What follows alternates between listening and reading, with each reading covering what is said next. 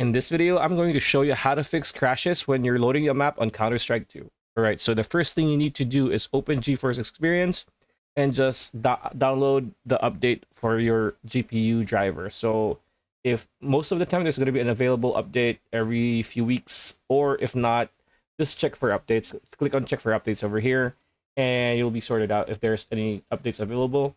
After that, you might want to go to Steam and go to your library like this and just click on Counter-Strike 2 here. Right click on this and then click on properties, and in properties just click on install files, and install files just click on verify integrity of game files. It's the last option.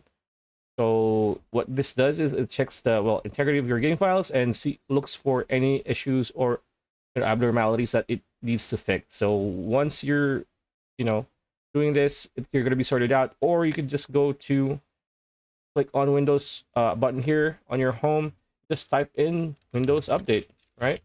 And see whether or not there are any updates available on your PC. Just click on check for updates like that. And yeah, so that's pretty much it. That's a video. Hope you liked it. Like, comment, share, subscribe, ring that bell icon. We'll see you on the next one.